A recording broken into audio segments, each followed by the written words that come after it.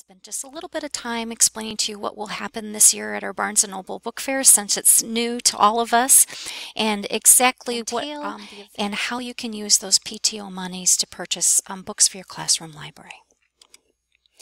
On December 14th at the Geneva Commons Barnes & Noble.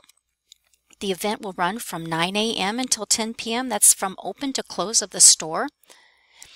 In order for GMSS to get credit for the sales made during the book fair, each person must identify themselves as a fair supporter at the time of their purchase. In order to help people better remember this, there will be a volunteer table at the front of. But how do you use those PTO classroom library funds? In the past, for those of you who are familiar with the book fair, you would go to the book fair that was here in the library and pull books that you found interesting, and you would keep tally, or I would keep tally of how much you've spent, and then at the end of the book fair, the PTO would purchase those books on your behalf. The PTO does give each classroom teacher, LA teacher and social studies teacher, and Mrs. Hollis, $100 that can be spent towards classroom libraries. So here are some suggestions on how you might want to spend that money. One, visit the book fair, purchase books using your own money on December 14th at Barnes & Noble, and then submit that receipt to the office, give it to Julie, and she'll reimburse you for the money that you spent the day of the book fair.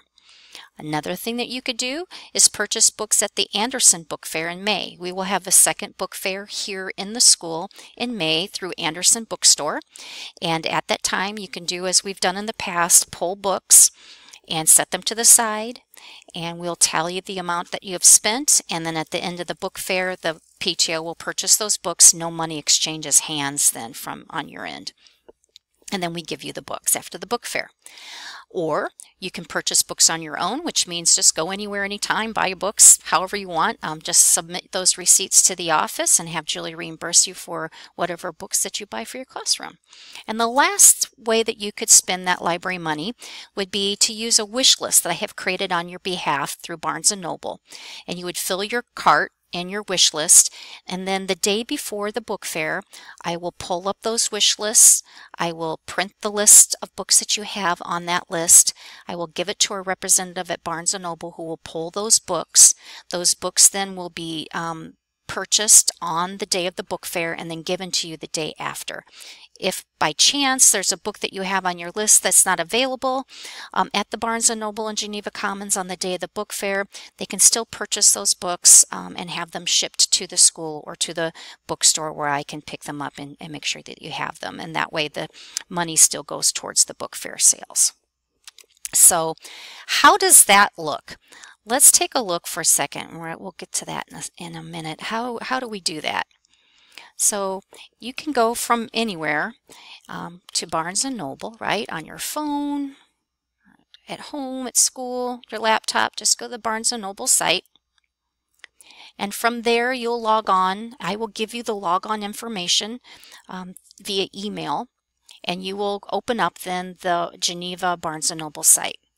On this site there's a My Account section, and when you hover it, it does the drag down box, and there is a wish list option. You will select the wish list option,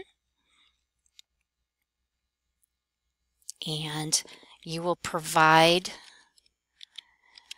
the password that I give you via email. And here are the wish lists. You open up the drag down box and all of your names are here. I'm going to open up mine. I have a few items already in my wish list, and here are the wish list items that I've already selected. Demon Dentist was a student request, and Fantastic Fugitives, which is a great nonfiction book if you're looking for something that is popular and fun to read.